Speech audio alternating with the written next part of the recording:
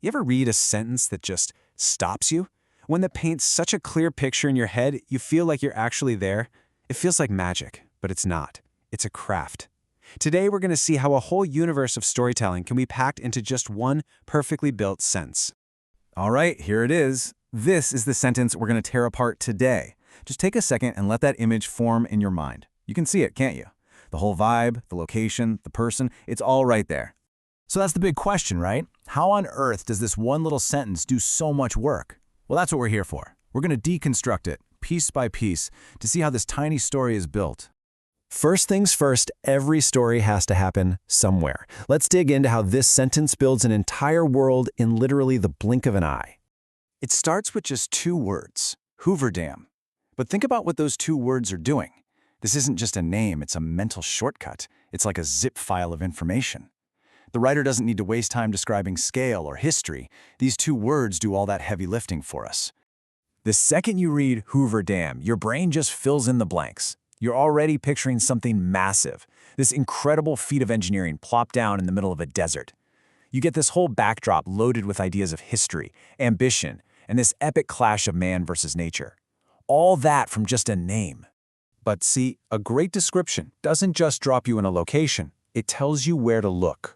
After giving us that huge establishing shot, the sentence zooms right in, focusing our attention on one very specific detail, the massive concrete curve. And this is where word choice is everything. I mean, it could have just said a large wall, right? But that's so boring, so generic.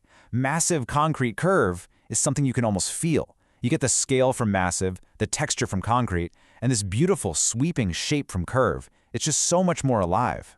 So, we've got our world locked in. Now let's look at the person in it. How does this sentence create a character we feel like we know using just a few killer details? Here she is. Young woman is the basic info, sure, but the magic word here is adventurous. That single adjective sets her entire motivation. It tells us why she's there. She's not just some tourist taking a snapshot. She's an explorer. And every detail that follows just backs that up. A messy bun. That's not just a hairstyle, it tells a story. It suggests she's active, she's practical, she's not worried about looking perfect. It tells you she's been doing something, you know? It's the hairstyle of an adventurer. Then we get the classic prop, a backpack. It's the adventurer's toolkit, right? But again, notice the specific choice. Not just a backpack, but a yellow backpack. Why yellow? It gives this pop of energy and optimism against all that gray concrete and brown desert. It makes her stand out. What's really happening here is the writer is building an archetype. By combining these traits we all instantly understand, the adventurous spirit, the practical hairstyle, the traveler's backpack, we get a character we recognize immediately. We don't need a 3-page backstory. We already get who she is. Just look at this comparison. It is night and day. If you swap messy bun for perfect hairstyle and yellow backpack for designer handbag, the entire story changes in a heartbeat. Now she's a tourist. It's a totally different character with totally different reasons for being there. It shows you just how precise and powerful those small details are. Okay, we've got our set and we've got our character. But the story also depends on how we see them. Now let's look at the words that act like an invisible camera crew, framing the shot and setting the mood. The sentence is basically giving stage directions to our imagination. First, it sets the genre, telling us the style of the story. Then it establishes the perspective, putting our eyes exactly where they need to be. And finally, it defines the quality, making sure the picture in our head is crystal clear. It's a director's shot list. So think about what cinematic travel vlog shot really means.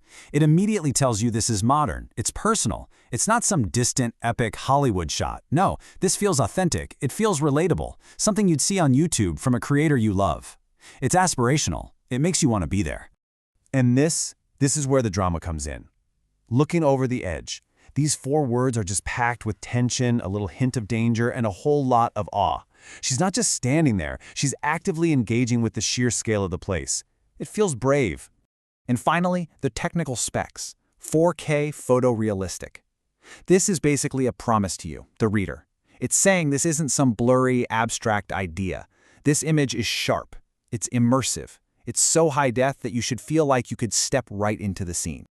All right, we've taken the whole thing apart. We've looked at the world, the character, and the camera work. Now let's put all those pieces back together and see what we've got. Go on, read it one more time. It hits different now, doesn't it? It feels so much richer. You can actually see how every single word, from adventurous to yellow to 4K, has a very specific job to do. It's not just a description, it's a carefully crafted machine. And when you lay it all out like this, it's just so clear. You've got these three core pillars: the setting, the character, and the lens. And each one is built from just a few perfectly chosen words. The whole thing works together to create this amazing fusion of huge scale and personal feeling, of awe and relatability. It's just perfect. And that really is the big takeaway here.